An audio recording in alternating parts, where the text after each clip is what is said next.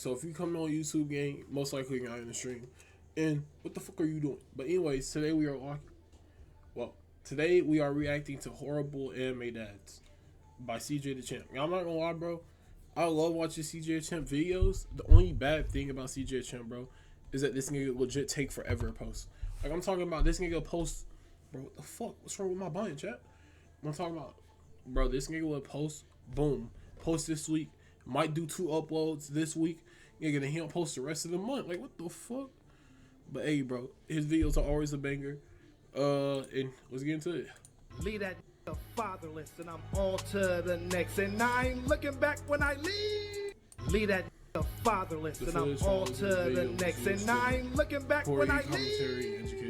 Dads. They're either great and support their kids, and they are mostly there to protect and guide their child down the right path to make sure they can have the best life they can possibly have. Or they're an absolute deadbeat bum-ass nigga who hates their kids and should have never had the right to reproduce. And when it Yo, chat, do y'all know that nigga, bro? From ass nigga who hates their kids and should have. Bro, this is from Full Metal Alchemist Brotherhood. Bro, I know he's gonna most likely probably get into it, but basically this nigga, I'm gonna spoil it, chat, because I ain't watching. I was saying a little bit of it, bro. Like, this shit dead ass hurt me. Like, no bullshit, bro. Like, nigga, that shit surprised me. And you know, like, as like a nigga who like looks into it, like he's trying to wait for, you know what I'm saying, like he's trying to predict what's gonna happen next. It caught me, like, it didn't really catch me fully off guard because I kind of, like, you know what I'm saying, caught on. But bro, nigga, like, it still kind of, you know what I'm saying, I didn't want to believe it. You know what I'm saying? I didn't want to believe it was true, but like, nah, this shit was actually crazy. Never had the right to reproduce. And when it comes to anime, I don't know what it is, but 99% of these niggas can't raise a kid for shit. It's like they're allergic to being a good dad. So today I got a little different video for y'all. Today we're taking a deep dive and taking a look at some of the worst fathers in anime. Wait, let me think, Loki. So first of all, the game from Full Metal Alchemist we just saw, you know what I'm saying, terrible dad. Second, I think Loki, bro. Loki. From JJK. What you call it? Megami Dad? Toji? That's a horrible dad, Loki. Like, it's 50-50 though, cause like, you know, I can't put him on, bro. He's not horrible. You know what I'm saying? Like, people might look at him as horrible, but in the end, he Loki made his son strong. It's like, you know what I'm saying? Like, he did what he wanted to do, bro. His son actually enjoyed life now. You know what I'm saying? It's like, he was, I don't know how to put that, bro, but the one from Full Metal Alchemist, what you call that from My Hero Academia, like, he wanted his son to be great, but he went about like completely wrong with, but yeah, anime history with like an honorable mention, because if I'm talking about bad dads in just animation period, this motherfucker is gonna make the cut every single time. So we're gonna start from the top, and the lower we go, the worse they will get. It's like we're simulating hell for how much hell these fathers put their kids through. So without further ado, first up on the chopping block, good old. I knew he was gonna put him on here, bro. I'm not gonna lie, I don't think Gene was a bad dad, bro. Of course, he left his son, you know what I'm saying, this and that. Bro, like, I feel like the reason he, like, did, like, you know what I'm saying, like, I don't know how to say it, bro. Like, he left his son, but he knew his son would have, like, more with his, like, you know what I'm saying, what's her name from the village. Like, he knew his son would grow up right while still having his adventure. Like, you know what I'm saying, he put his son on an amazing adventure while he was a kid. Bro, Gene, first up on the chopping block. That's it.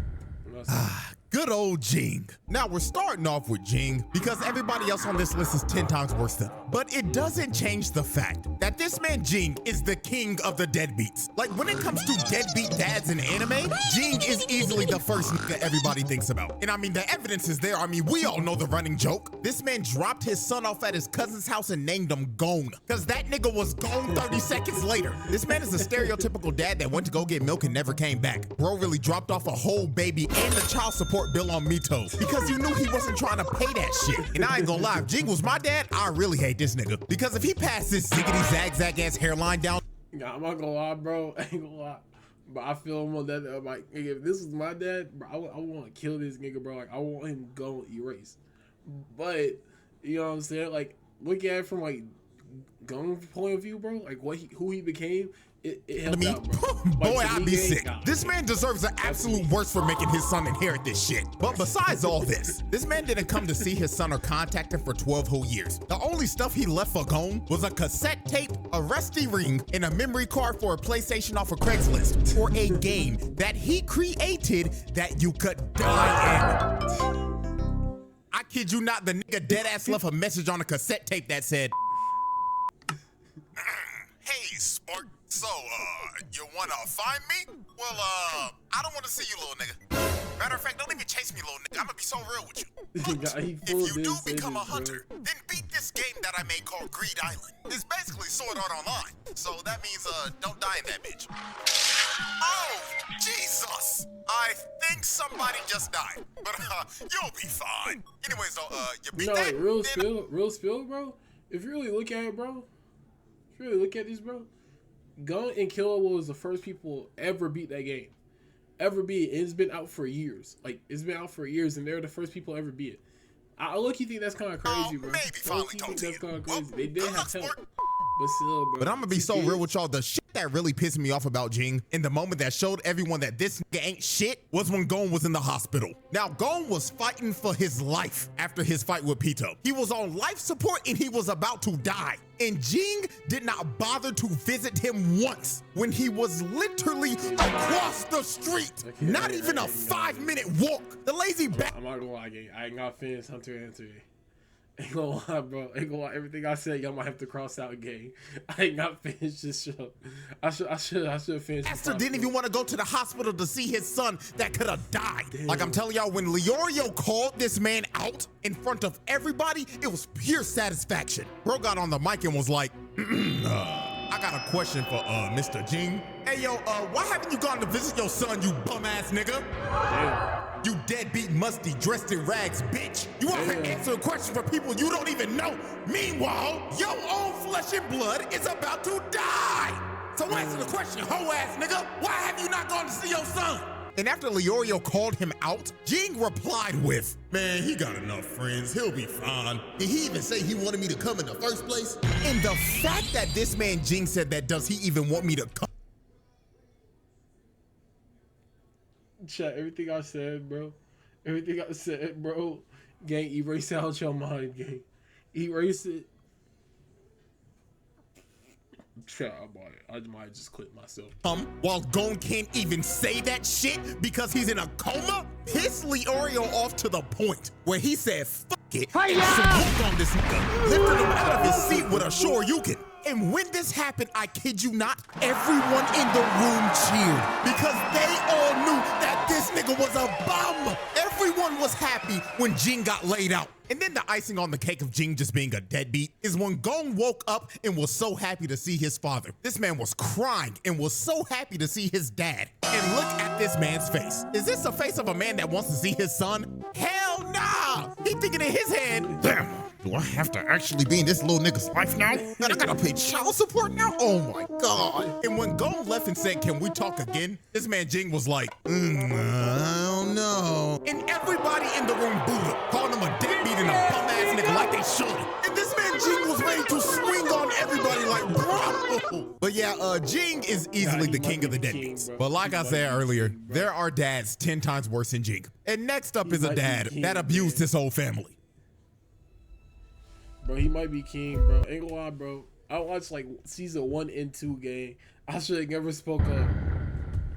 Oh boy, Endeavor. Endeavor is a great hero, but my God, he was a terrible father. Now, I will say this, Endeavor, without a doubt, is the most improved father on this list. He's actually trying to do better, but the way he was moving before his whole redemption was awful. This nigga was a piece of shit that mentally abused and broke his entire family apart. And this was all because he was a hating ass nigga. You see, Endeavor was obsessed with trying to be better than All Might. So when he finally came to the realization that All Might was just better than him and it was just a skill issue, he decided, if I can't be better than him, then I'll make somebody better than him. So this man went out and bought a wife so he could make a hybrid baby with her that would have his flame quirk in her ice quirk. He wanted to make a little half-breed avatar, and the first child they had was Toya, aka Dobby. Now Dobby inherited a Bro, I never realized it. Bro, I need to start actually finishing the animes, bro. Like, no bullshit, yeah, I watched like season 1. Watch the rest of it on TikTok in all clips, gang. I ain't got no, bro. Child they had was Toya, aka Dobby. Now Dobby inherited a strong version of Endeavor's quirk, but his body couldn't handle the heat because his body was physically built to resist the cold because of his mother, not heat. So Endeavor considered Toya a failure, so he continued to have more kids. He had Fuyumi and Natsuo, and guess what? They didn't live up to the hype that Endeavor wanted. So then he tried one last time, and he finally had a baby that had both quirks, and that was Shoto. And when Endeavor finally had Shoto, he was so obsessed with them, he just gave up on all of his other kids and told them not to be heroes. I mean, this nigga straight up told Toya in the nicest way possible. Listen here, son, not gonna lie, gang, you ain't got what it takes. You can't be a hero. You can't be better than All Might.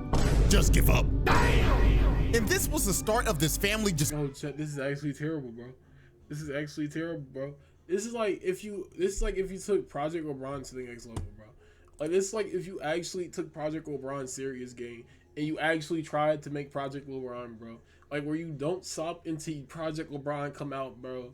And God, this is actually crazy, bro. Like, this nigga, bro. This nigga was legit not even clapping for the love of the game. This nigga was clapping cheeks every night, bro, just so he can make Project LeBron. That's dedication, gang. Nigga really said, if I can't beat you, he will.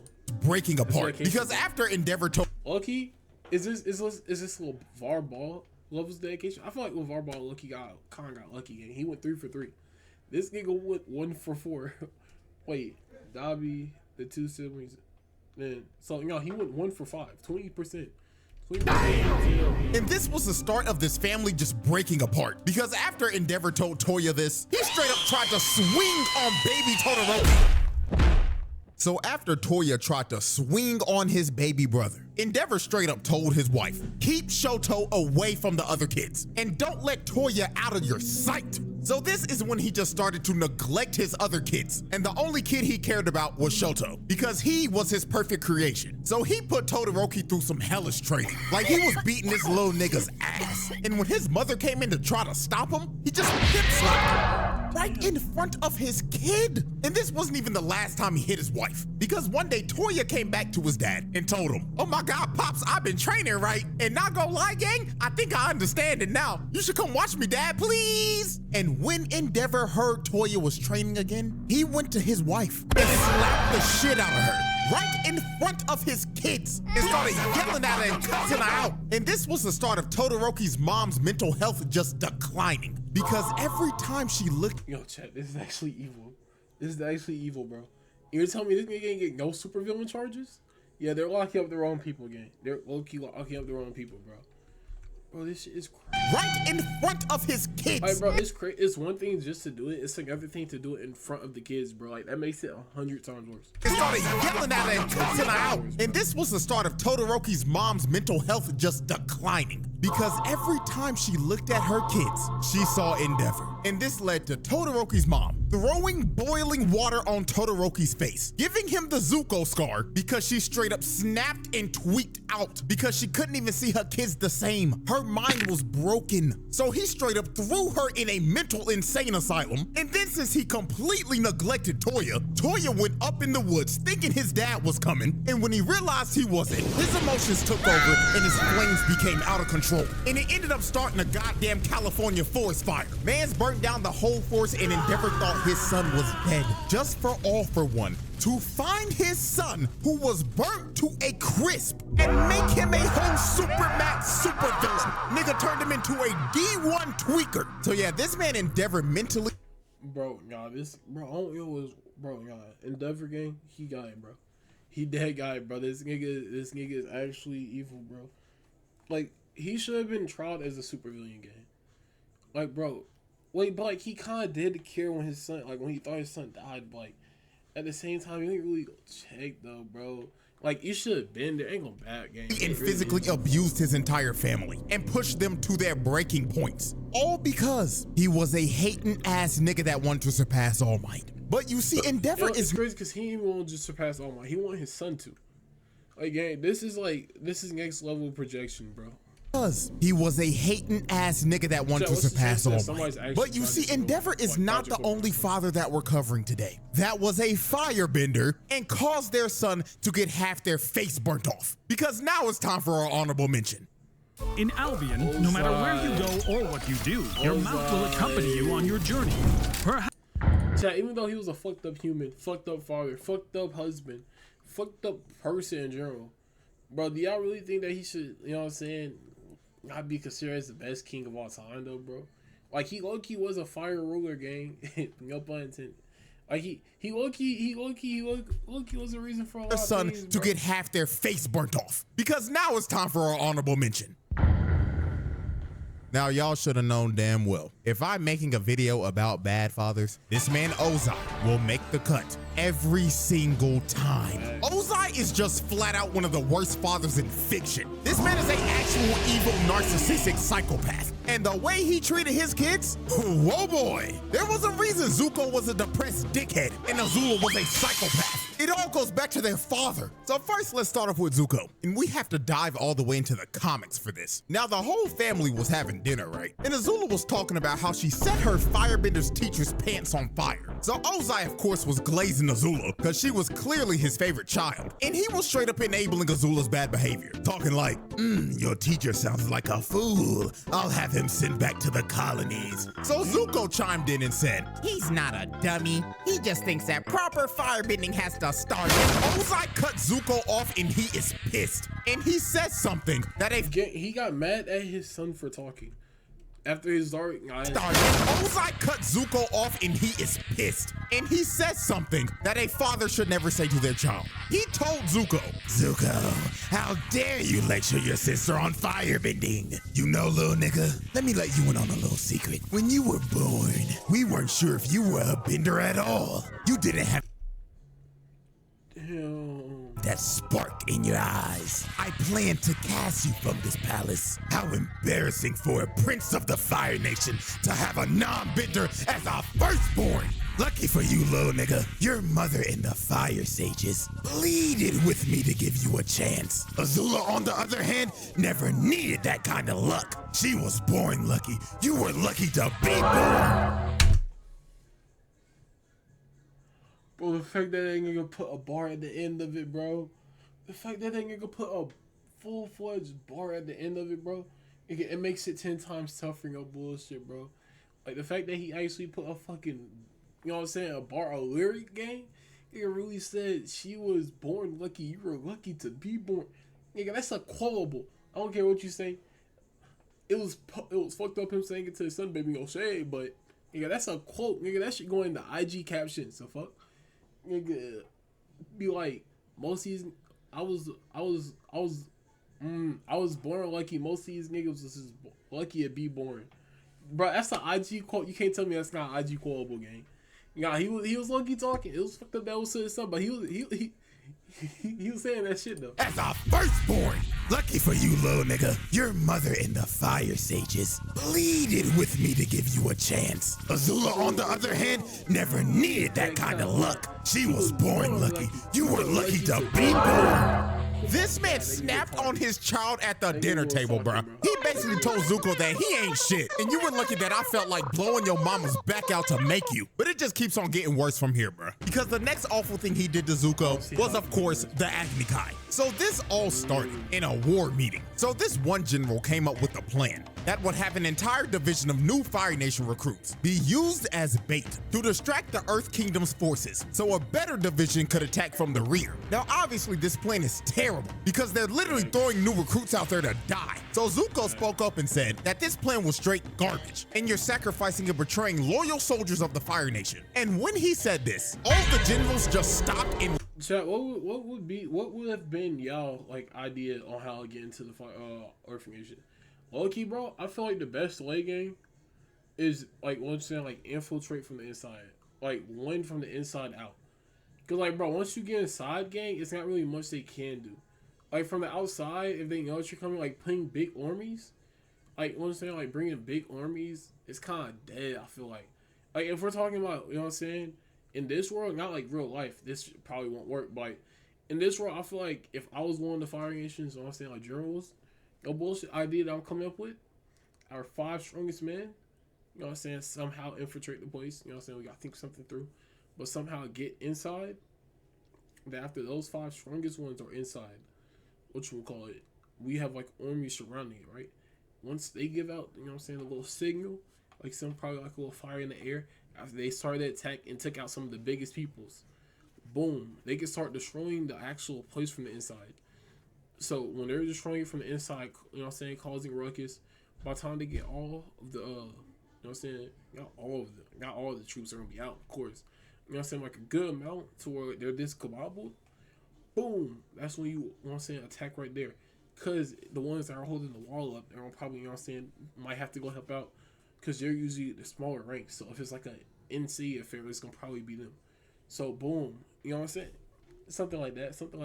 Looked at this nigga because Zuko spoke out of line when he wasn't supposed to. So Ozai saw this as disrespect to the general. And the only way to settle this was an Agni Kai. So Zuko thought that he was going to be dueling the general. But when Zuko turned around and saw his opponent, it wasn't the general. It was Ozai. Because Ozai thought that it was disrespectful to him because Zuko ran his mouth in his war chamber. The fuck is he there for then? Nah, you see, you baited this nigga. You manipulated him, gang. Nah, you're a manipulator. I know your type, bro. Because like it wasn't really Zuko's fault, gang. Nigga, you put him in there. The fuck you put him in there just to watch? Like, bro, of course he's gonna speak out. He's trying to help you win.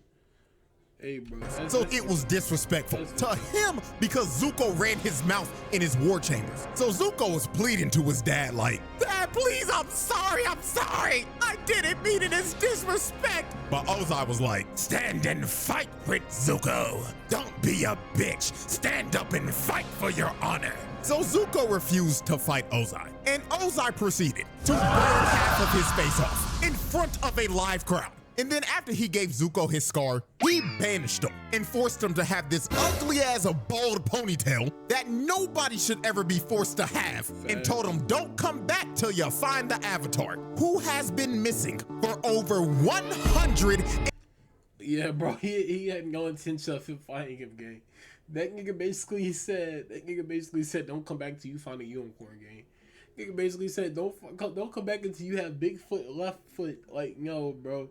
Gang, nigga, you have been, the whole time you've been alive, you've heard the myth of the Avatar. You've never seen him do anything heroic, gang.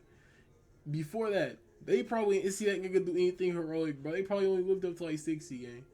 And you tell me that whole time, gang, you like, hey, my son probably might be able to find him. No, gang. You want that nigga gone. You want that nigga never come back. You find the Avatar, who has been missing for over 120. Bro, I ain't gonna lie, you know how hot it gotta be for you to burn somebody who can control fire, gang?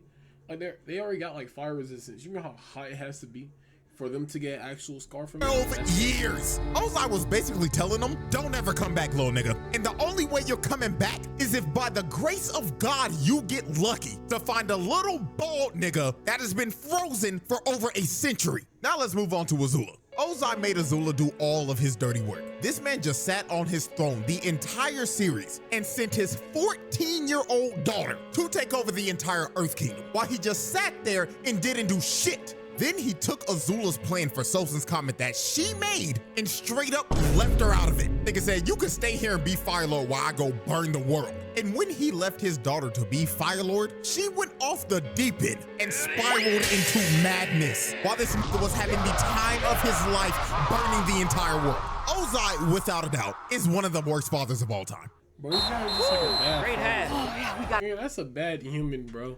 Like, real life, that's just a bad human. The fourth Kazekage is easily the worst dad in the Naruto series, and is just flat out one of the worst dads in anime history. This motherfucker ain't shit. He had Gaara living one of the worst childhoods of all time. Nigga had his son depressed 24/7. It made him start his emo phase at the age of 6. Like, there was no wonder Gaara was an uncontrollable D1 crash out in the first part of Naruto. It's because his dad ain't shit, and he tried to make him a weapon of mass destruction as a baby. You see, Rasa did some shit. You see, the Hidden Sand was struggling financially. These niggas were broke, and they were in desperate need for a weapon of mass destruction. So Rasa ended up conceiving Gaara for the sole purpose of sealing the one-tailed beast inside of his unborn child, so he could make him a Jinchuriki and weaponize him. Now, since Rasa tried to seal a tailed beast inside of his unborn child, this ended up leading up to Gaara's mother dying in childbirth. So off the rip, not even a day into the world, Gaara was made a weapon of mass destruction and lost his mother fresh out the womb because of his father. The little nigga was set up for a life of hell, and Rasa knew this shit. I mean, Gaara couldn't even sleep because Shikaku was always whispering to him, "Yeah, little nigga, fall asleep, I dare you. The moment you go night-night, I'm taking over your body and I'm blowing this bitch up. Do it, little nigga, I dare you." And of course, since he was a Jinchuriki, just like Naruto, everybody in the village was scared of him and stayed away from him. And Rasa let it happen. He didn't do shit about it. He just let them ostracize his son. And bro, he did not let Gaara have fun at all. This man was the no fun police. He would play outside with Temari and Kankuro, right? And they were just doing normal things. They were just building sand castles and shit and just having a blast. But then here came Mr. My Son Can't Have No Happiness. His bum ass didn't even say a word too. All he did was look at Temari and Kankuro and shake his head. No, stop playing with that nigga, even though he's your little brother. Get away from that freak. So Rasa didn't even allow Gaara to play with his siblings. He just straight up neglected them and wanted them to be alone 24/7. But you see, the absolute worst thing Rasa ever did to Gaara was making the only person that cared about him try to kill him. You see, Gaara had a great relationship with Yashimaru. He was his caretaker and also his uncle, and he deeply cared about Gaara. He was the only person that showed him any type of love in his life. So guess what this nigga Rasa did? He told Yashimaru, "Yo, twin, I want to test my 6-year-old son to see if he'll crash out or not. So do me a favor and go try to assassinate that little nigga. And also tell that little nigga that his mother never loved him. I want to see if he'll go berserk. And if he does, he's a failure of a Jinchuriki." So this nigga sent Gaara's uncle to try to assassinate him. So when Yashimaru pulled up on Gaara, he had on a mask covering up his identity, so Gaara didn't know who it was. So Gaara immediately grabbed him and crushed him like a bug. So after Gaara swatted him like a fly, he went over to his body and saw that it was Yashimaru. And Gaara was sick to his stomach because he basically just murdered the only person that cared about him, and the only person that cared about him just tried to assassinate him. And with Yashimaru's last breath of life, he has to lie and tell Gaara because Rasa's watching this shit. "Gaara, I was ordered to kill you by your father. And deep in my heart, I always hated you, Gaara. And you know who also hated you? Yo mama, nigga." This is terrible. So Shikaku took over and Gaara ended up going berserk. And Rasa watching this the whole time is like, looks like the child is a failure. My son is fucking useless to me now. Like, you dumbass nigga. Bro really expected a 6-year-old to somehow control his emotions and not go berserk after his uncle came and tried to assassinate him, then told him in his dying breath that he always hated him and his mama hated him too. Like, nigga, how did you expect anything different? The fourth Kazekage was a brain-dead idiot. And I ain't gonna lie, I can't believe I'm about to say this, but shouts out Orochimaru for sliming this nigga out. It is the most noble deed he did in the entire series, because Rasa had to go. This motherfucker wasn't shit.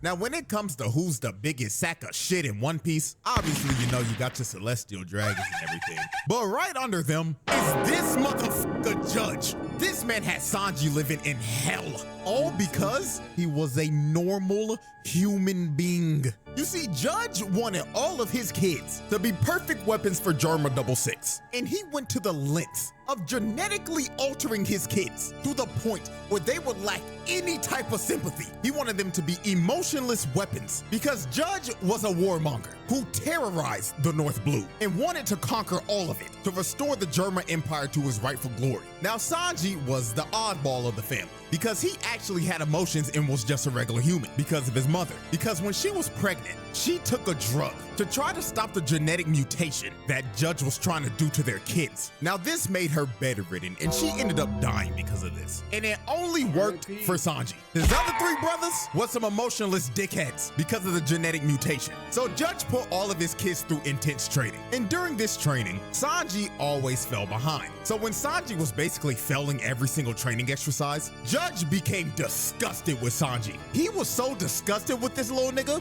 that he would let his other brothers beat the shit out of him, and he wouldn't do anything about it. Sanji would cry for his dad's help, but Judge would just look at him and tell him, "Man, little nigga, if you don't get your ass up, quit being a crybaby bitch. I can't believe you got my blood in you, you fucking disgrace." Damn! And his brothers continued to beat the shit out of him. They would do this every day, and Judge would just let it happen because he didn't care about Sanji. The only kids he cared about were his sister and his brothers. And my God, when Judge figured out that Sanji's hobby was cooking, you've got a big day, and you need to smell fresh. That's why the all-new Unstoppables gives your clothes a 24-hour non-stop freshness. So no. You know what I'm saying? He probably started questioning why playing with Well, unstoppable. Honey, God, I have a friend with benefits. What? Hey, Doug. Shaq is your friend? ooh, this nigga did not like this shit at all. Sanji was making food for a mouse, right? And the mouse was tearing that food up. But then Judge barged in the room and just started yelling at him like, "Sanji!" But then Judge barged. Sanji was making food for a mouse, right? And the mouse was tearing that food up. But then Judge barged in the room and just started yelling at him like, "Sanji, are you cooking for them ass rats again, boy? I thought I told you to cut that weak ass shit out." So he walked over to the plate of food and threw that shit out the window, along with Mickey Mouse. He killed that nigga. Then he told him, "Don't ever cook again. And if I catch your little ass in that kitchen one more time, I'ma whoop your ass." So it got to the point that Sanji just continued to fail at everything. And Judge just decided to consider Sanji a failure. So this man did one of the worst things I've ever seen. Judge decided to fake Sanji's death, and he threw him in a dungeon and locked a metal helmet on his head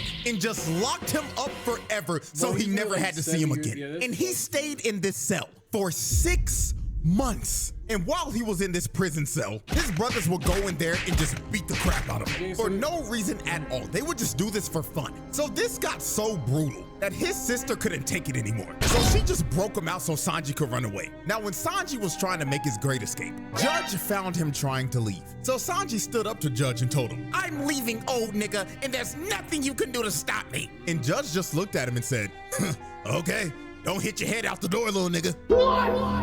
I don't care what you do, I'm gonna be real with you. But before we part ways, let me tell you this. Never tell anybody that you are my son, because you are the only stain on my legacy. So Judge let Sanji run away because he couldn't give a damn about him. And Judge didn't see Sanji again for 13 whole years. And the next time he saw him, he tried to use Sanji to marry him off to one of Big Mom's daughters. Bro didn't see his son for 13 years, and the first thing he tried to do was use him for a diplomatic marriage. And to make sure he couldn't leave, he put these handcuffs on him. And if he ever tried to take them off, he would blow his hands off so Sanji could never cook again. So after the whole cake arc and the Straw Hats rescue Sanji, while the Straw Hats were leaving, Judge saw Sanji on the Sunny. And the last thing he wanted Sanji to hear before he left was, "Sanji, I just want you to know something before you leave.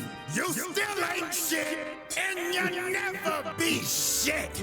Not gonna lie, gang, if your pops was talking to you like this after years of abuse and neglectment, ain't gonna lie, you might have to slime that nigga, because that's insane. Judge rightfully earned his reputation as one of the worst fathers in anime.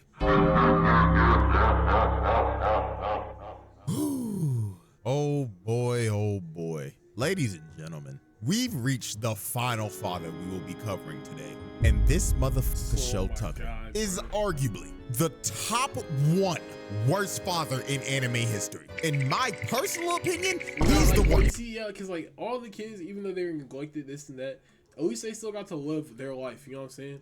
Bro, what he did to his bro is actually just terrible game. Like, it's just, now, if you've never seen it's Full not Metal just Alchemist terrible, and you it's don't nasty. know who this nigga is, I'm warning you right now.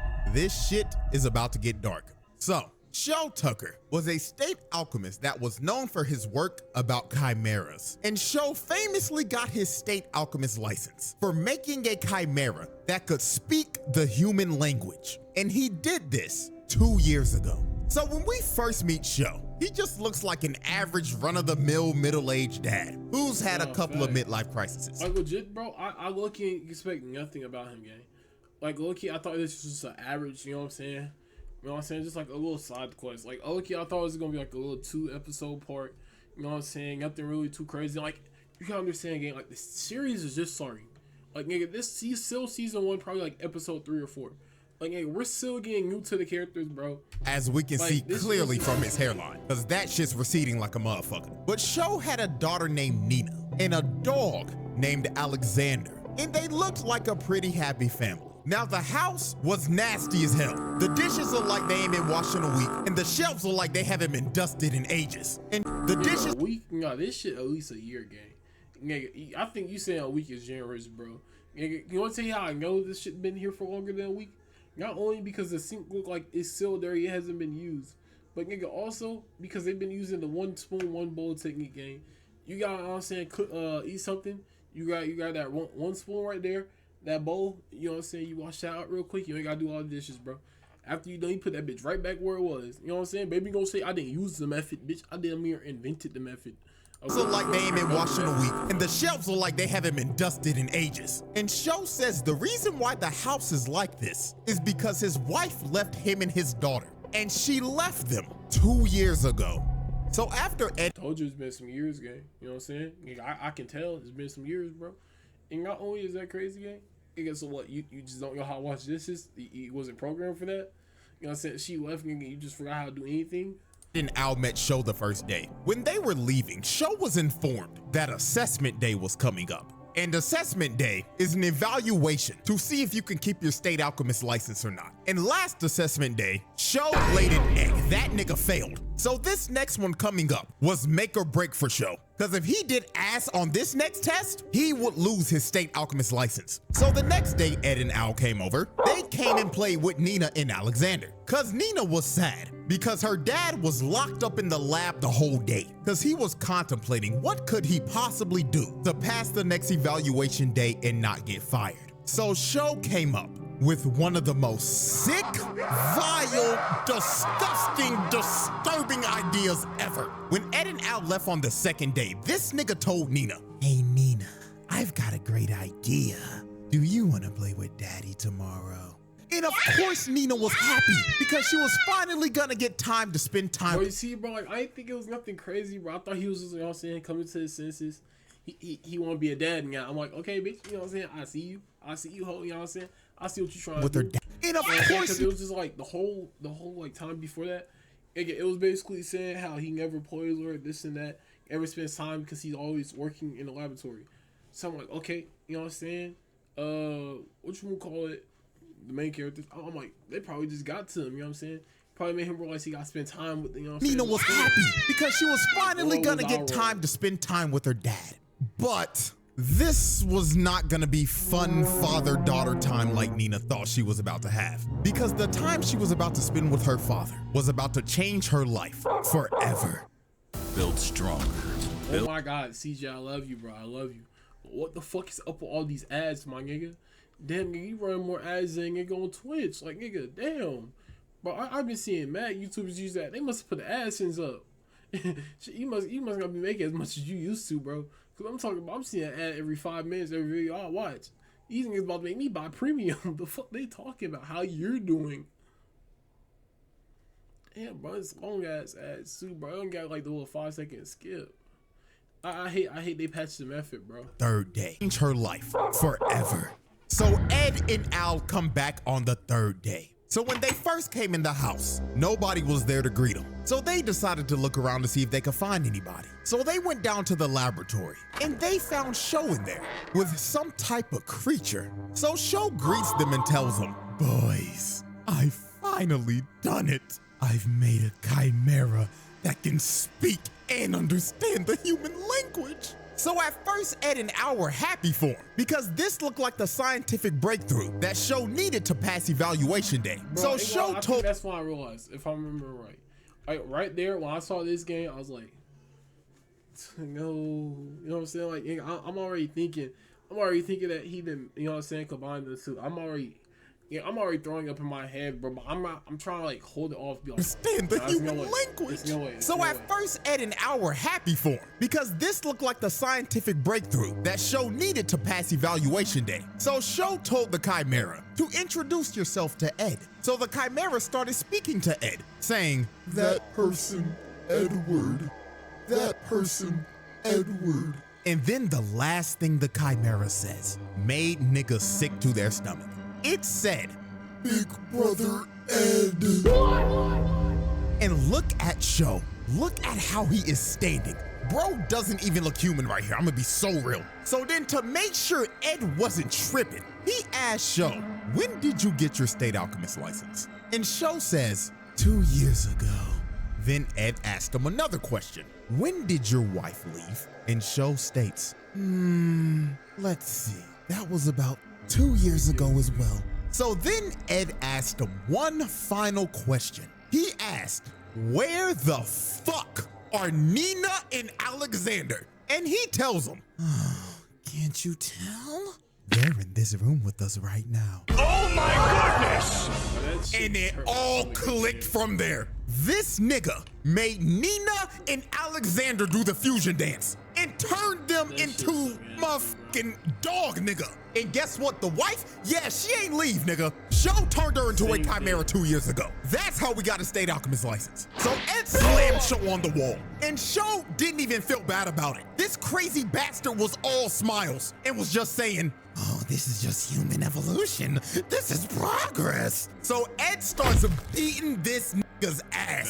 He punched Bro for about 30 seconds straight, and he was going to kill him. And I ain't gonna lie, he should have killed the nigga right here. But Al stopped him because Nina Xander was still watching him the whole time. And she was telling him, "Big brother Ed, why are you beating up Daddy?" So Ed stopped because it was just too much, bro. And this pathetic bastard Show was so delusional after getting his ass whooped. Bro was saying, "I did it. I made it in time to keep my alchemist license." Dude didn't even care about his daughter or the sick ass shit that he just did. All he cared about was keeping his status as a state alchemist. So obviously they arrest this sick ass nigga and put his bitch ass on house arrest. And while he was locked up in his house, Scar broke in. So he walked up to Show and did what needed to be done. He gripped this ugly ass nigga by the face and electrocuted him, sending his ass to the bottomless pits of hell. And then after he boomed Show, Scar just decided the best thing for Nina was to just put out of misery. So he kills the fusion of Nina's Xander. So yeah, man. This man Show was a sick nigga. He turned his wife into a chimera, then made his daughter and the dog do the fusion dance. Like, there was a reason this man is universally agreed upon as the worst father in anime history. Well, ladies and gentlemen, that was a showcase of some of the worst dads in anime history. Oh, another W video by CJ the fucking champ, bro. You know what I'm saying? Y'all niggas subscribe. If y'all want, y'all can come through on the Twitch, you know what I'm saying? Follow me. Make sure so you can see every time I go live, nigga. Join the Discord, and hey, bro, I'm gonna see y'all niggas on the next video.